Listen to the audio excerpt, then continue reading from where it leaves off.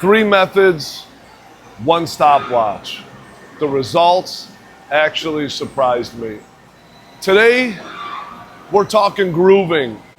3 methods, all timed. We let the stopwatch decide which one is fastest. First, a little education, then we get to the good stuff and watch the machine cut.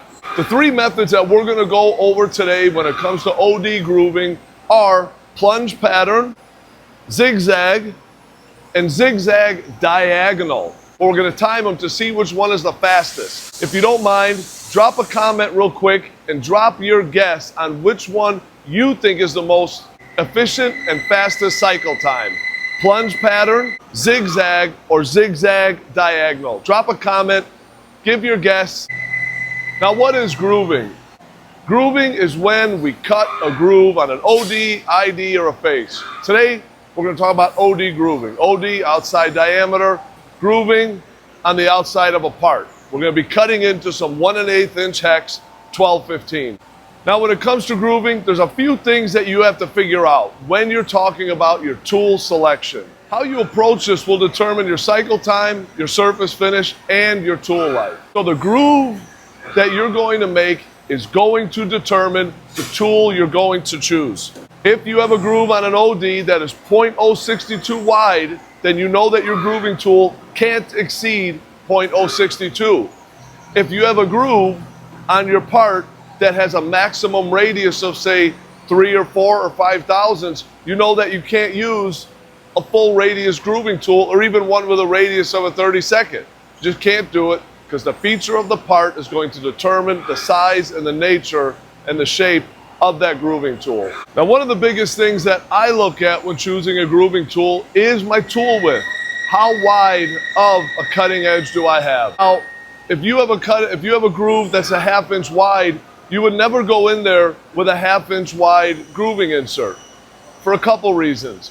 The first reason, tool pressure. You would chatter so much that it would make the process completely inefficient. Number one. Number two, I like to develop the groove. And the last thing that I want to talk about when it comes to tool selection for grooving is chip breaker or no chip breaker. Every grooving tool that we use in a production environment here, we use a chip breaker.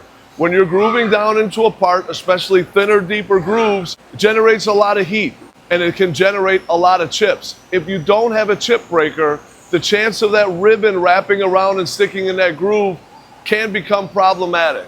But with a chip breaker and the right speeds and feeds, a greater chance of breaking that chip, therefore evacuating it out of the groove. Now, enough of the yapping, enough of the talking. Let's get to it, the reason that everyone wants to watch these videos. Let's see the machine cut. First pattern that we're gonna go over, plunge pattern. Let's watch it, let's time it, let's see what we got.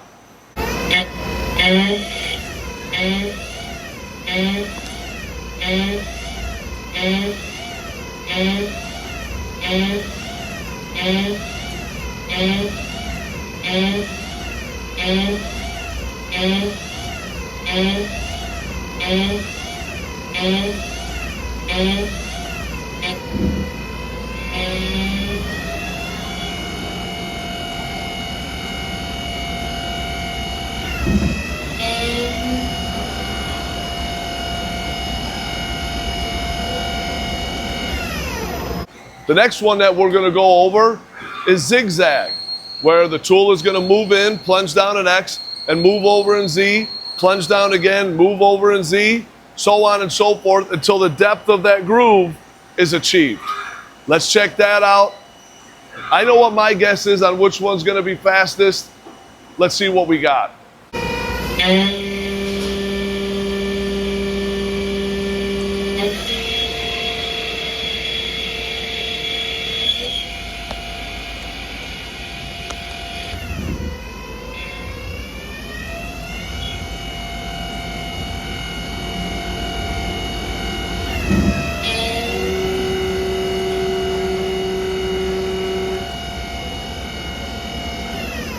And now the third, and arguably my favorite, just because of the cool factor, is what I call zigzag diagonal.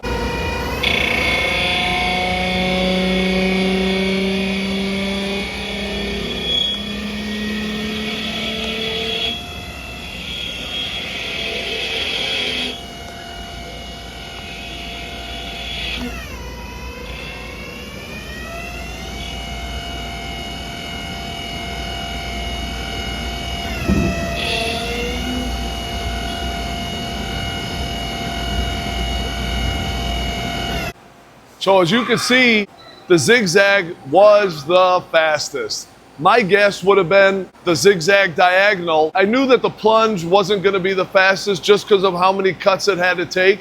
I would have guessed the zigzag diagonal, but the zigzag is the winner.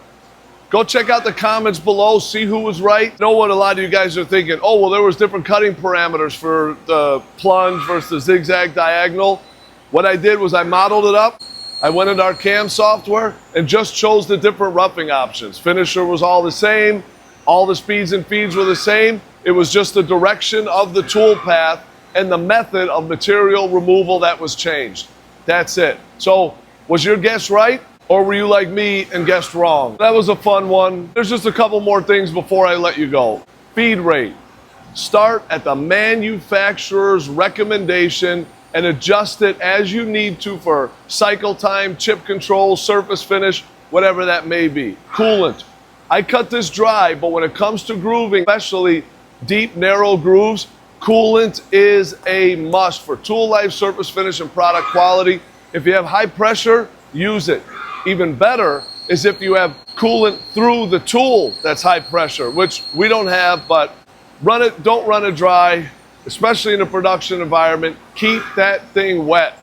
Last thing I want to reiterate is check the corner radius of the tool, compare it to the print. At one time I had grabbed the tool with the wrong nose radius, made a couple parts, sent it to inspection, and realized my corner radius is higher than the maximum allowance. So I had to go back and revisit that, find the correct tool to get that machine going. Check your tool width, check your corner radius, use what's best for your part. 3 methods, 1 winner. Which one do you use and why? I would love to hear from you. Drop it in the comments. I'd like to know if your experience matches what we saw in this video, timed up with the stopwatch. Hit subscribe for real shop content every week, daily shorts. I try to pump out as many shorts as I can to show the life of a job shop CNC machinist. If you like the content, send it along to someone that can get some value. Give me a thumbs up. Keep an eye out for next week's video. This is Luke with Crusader Machining, signing out.